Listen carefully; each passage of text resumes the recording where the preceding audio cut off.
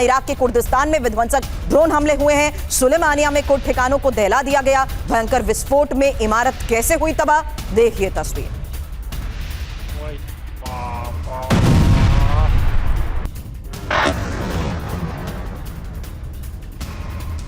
वहीं ईरान के हमलों से सुलेमानिया कैसे कांपा। अमेरिकी सैन्य ठिकानों को दहला दिया गया। अमेरिकी ठिकानों में भयंकर विस्फोट से मची तबाही की एक और तस्वीर देखिए।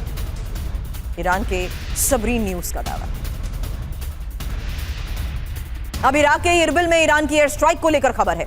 इरबिल के स्ट्रैटेजिक ठिकानों पर यह हमले हुए हैं। इरबिल में सी-रैम एयर डिफेंस एक्टिव है और ईरान के कई ड्रोन्स को तबाह कर दिया गया। वर्ल्ड सोर्स न्यूज का दावा।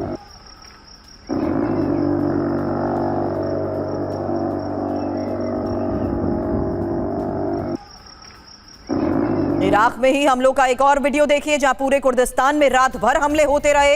इरबिल से सुलेमानिया तक कुर्द इलाकों में कोहराम मचा रहा और कुर्दों के कई वेपन स्टोरेज धमाकों में तबाह हो गए।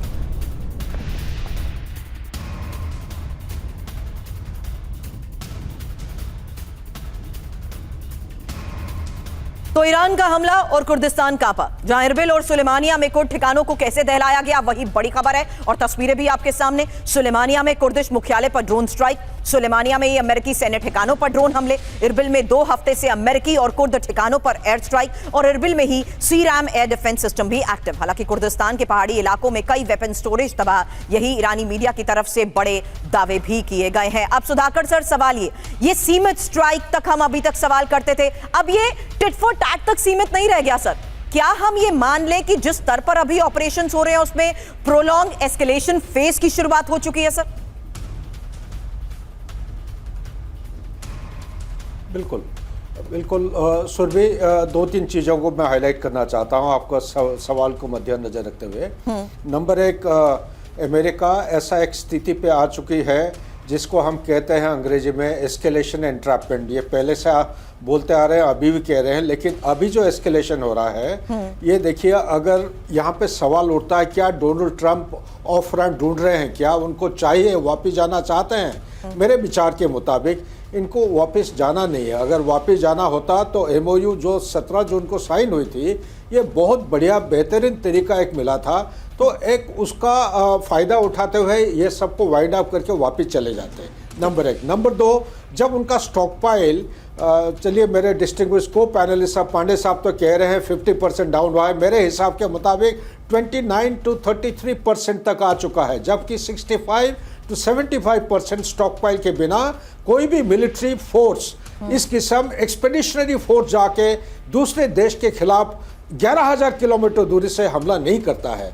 तो इसलिए आज के दिन में 29 to 33% स्टॉक पाइल डाउन होने के बाद कोई भी ऑफेंसिव एक्शन लेते हैं, ये एक, मैं कहूँगा ये एक सुइसाइडल मिशन है। It is highly hazardous and dangerous for him. तीसरा चीज़ मैं यहीं पे कहना चाहता हूँ, ये और कुछ कारण है जिसको हम चर्चा नहीं कर रहे हैं, हिडन एजेंडा। इनका इच्छा यही है, चाहे मिड टर्म इलेक्शन हो ना हो, चाहे कुछ भी आउटकम हो, वो हार भी जाते कोई फ़र्क नहीं पड़ता है, लेकिन उनका वो एजेंडा जब तक पूरा नहीं होगा तब तक इसी तरह फ्लिप फ्लॉप, साइन और कॉस थीटा की तरह पानी की जो तरंग होता है, इसी तरह कभी ऊंचे पीक लेवल पे फिर ठंडा हो जाएंगे, बातचीत का माहौल पैदा करेंगे, फिर उसको पिकअप करेंगे, इसी तरह वो चलते रहेगा।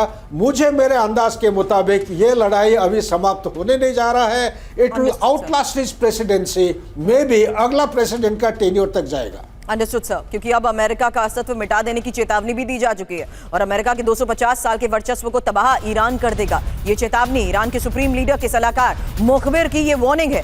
ना कोई कमांड बचेगा और ना लूटने को बाजार। ईरान की चेतावनी पर हॉर्मुज लेटर की ये रिपोर्ट। अब ईरान की अमेरिका तक हमले की चेतावनी भी है। दुश्मन की सभी ठिकानों को तबाह कर देंगे। ईरानी सुरक्षा समिति के सदस्य रेज़ई की ये वार्निंग है। फारस की खाड़ी तक सीमित नहीं रहेगा ईरानी हमला।